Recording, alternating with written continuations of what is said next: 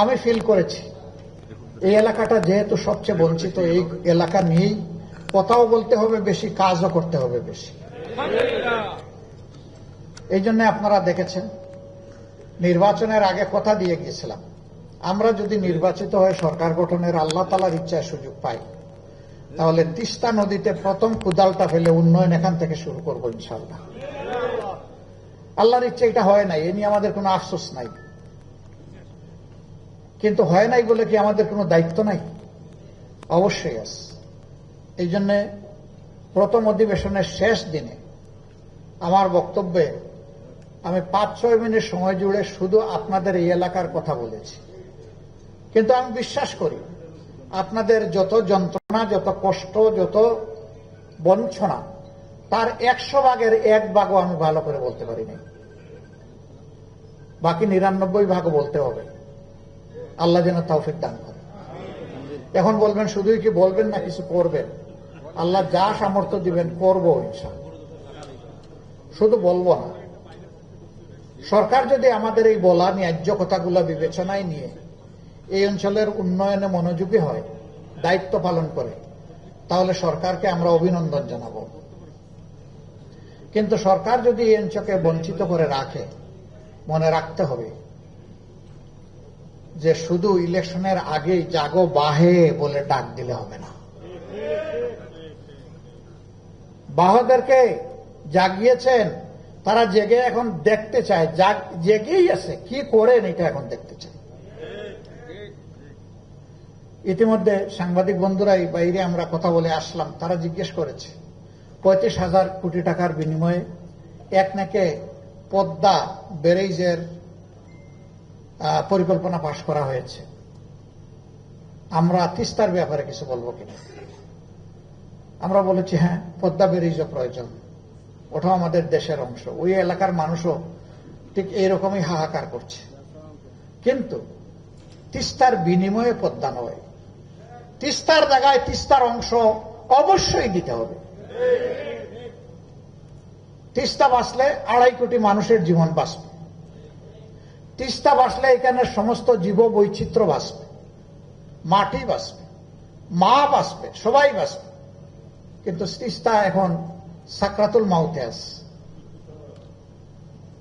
মহাপরিকল্পনার কথা শুনতে শুনতে মানুষ এখন ক্লান্ত, এখন আর ওই কথা শুনতে চায় না, এখন বাস্তবায়ন দেখতে চায়। সংসদের বক্তব্যে এও বলেছে, আল্লাহর উপর ভরসা করে সরকার যদি এই উদ্যোগ নেয়, তাহলে 20 কোটি মানুষের 40 কোটি হাত সরকারকে সহযোগিতা করবে ইনশাআল্লাহ। এই উদ্যোগ নিতে গিয়ে কারো চোখ রাঙ্গানির পরোয়া করা যাবে না।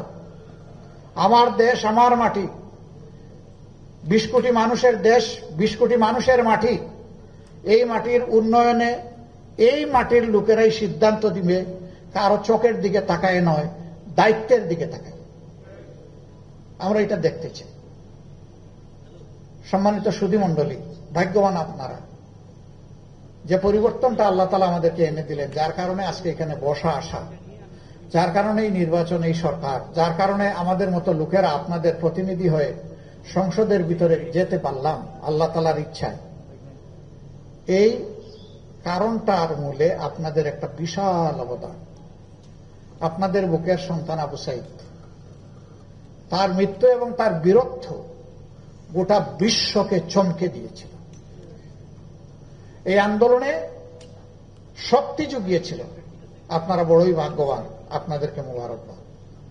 আল্লাহ তাআলা আপনাদের গর্বে এই ধরনের সন্তান জন্ম দিয়েছে। আল্লাহ তাআলার কাছে দোয়া করি, দূর এবং অদূর ভবিষ্যতে আল্লাহ তাআলা এই ধরনের গর্বের সাহসী বীর সন্তান বেশি বেশি করে সারা বাংলাদেশে এবং বিশেষভাবে আপনাদের গর্বে যেন আল্লাহ দান করে। তাদের দ্বারা যেন দেশ এবং জাতির মুখ উজ্জ্বল হয়, বন্দী মানবতা যেন মুক্তি পায়, মজলুমের মুখে যেন হাসি ফোটে। আমরা আল্লাহ তাআলার কাছে দোয়া করি। আমরা সংসদে গিয়েছি, কষ্ট নিয়ে গিয়েছি। আপনারা অনেকে আমাদেরকে বলেন, ভোট দিলাম আপনাদেরকে, পাশ করে কিভাবে তারা? সরকার তো আপনাদের গঠন করার কথা, আপনাদের ধারণাই সঠিক।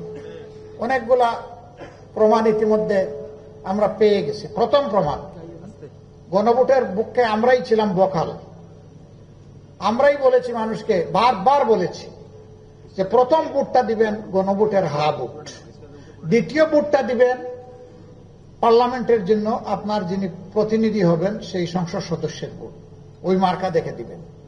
গণভোটের কোনো মার্কা নাই, হা কিংবা না, হাতে ভোট দিবেন। এখন যারা সরকারি দলে তারা এইখানে এসে, রংপুরে এসে, জানি না বাধ্য হয়ে বলেছেন কিনা, তারা একবারই বলেছেন যে গণভোটে হা বলুন। একবার বললে ওই কথাটার কি কোনো দাম নাই? একটা দলের প্রধান যে কথাটা বলবেন জনগণের কাছে, এটা কি একটা ওয়াদা নয়? কিন্তু তারা সেই ওয়াদার বরখেলাফ করেছেন। আমরা এই ওয়াদার উপরে আছি। গণভোটকে তারা অমান্য করেছেন, অগ্রাহ্য করেছেন, অপমান করেছেন, জনগণকে অপমান করেছেন। 68.6% মানুষ হার পক্ষে ভোট দিয়েছে। যেখানে 2/3 চাইতেও বেশি মানুষ হার পক্ষে ভোট দিল, সেখানে আপনি জনগণকে অপমান করবেন? বাংলাদেশে 3টা গণভোট এর আগে হয়েছে, সবগুলা কার্যকর হয়েছে। ইনশাআল্লাহ আস্থা নিয়ে আল্লাহর উপর ভরসা করে বলছি, এবারকার আপনাদের দেওয়া হা ভোট এটাও বাস্তবায়ন হবে ইনশাআল্লাহ। আমরা এটা ছেড়ে কথা বলবো না। আমরা সংসদের ভিতরেও লড়ে যাব, আর বাইরে আপনাদেরকে নিয়ে লড়ে যাব। যেদিন আমাদেরকে কথা বলতে দেওয়া হয়নি এই ব্যাপারে, আমরা বের হয়ে এসে বলেছিলাম, ওখানে মাননীয় স্পিকার আমাদের প্রতি সুবিচার করেন নাই। আমরা এখন জনগণের ময়দানে চলে এসেছি, এইখানে স্পিকার সাহেবের অনুমতি লাগবে না, এখন আমরা কথা বলব ইনশাআল্লাহ। জনতার এই রায়, আমরা এর প্রতি সম্মান দেখাবো, আমরা বিশ্বাসঘাতকতা করব না, এবং এই রায় বাস্তবায়নের জন্য আপনাদেরকে সাথে নিয়েই লড়াই করব ইনশাআল্লাহ। এরপরে দেখেছেন গত 15.5 বৎসর যে ফেসিবাদী শাসন আমাদের ঘাড়ে সংবিধানের কিছু দুর্বল জায়গার দুহাই দিয়ে জেকে বসেছিল, এইগুলো পরিবর্তনের জন্য বিগত সরকার কিছু অধ্যাদেশ জারি করেছিল। এই 16টা অধ্যাদেশের সবগুলো বর্তমান সরকারি দল বাদ দিয়ে দিল, আমাদেরকে আলোচনার টেবিলে এটা আনতে দিল না। আমরা চিৎকার দিয়ে প্রতিবাদ করে শেষ পর্যন্ত বাধ্য হলাম এখানে ওয়াক আউট করতে। কিন্তু আমরা সরকারকে জানিয়েছি এই এজেন্ডা আমরা ছেড়ে দেব না, আমরা এটা নিয়েও আন্দোলন করব, এবং সেই আন্দোলন আমরা করছি, করে যাচ্ছি, করে যাব, যতদিন পর্যন্ত জনতার এই দাবি আদায় না হবে। এটা কোনো দলের জন্য না। সুশাসন কায়েম হলে তার সুফল সবাই পাবে, দুঃশাসন কায়েম হলে তার যন্ত্রণা সবাইকে ভোগ করতে হবে। আমরা সুশাসনের জন্য এই পরিবর্তনগুলো চাই।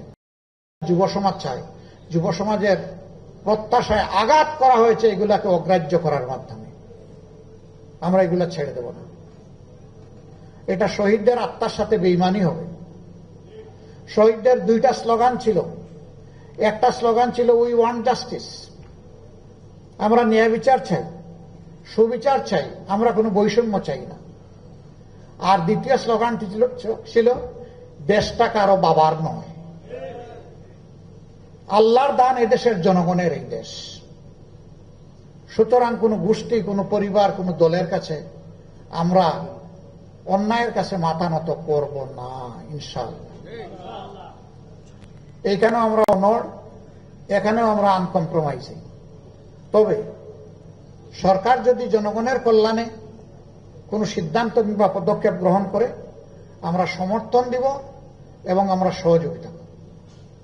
কিন্তু জনগণের স্বার্থের বিপক্ষে যা যা করবে প্রত্যেকটার প্রতিবাদ করব, এবং আপনাদেরকে সাথে নিয়ে প্রতিরোধও গড়ে তুলব ইনশাআল্লাহ।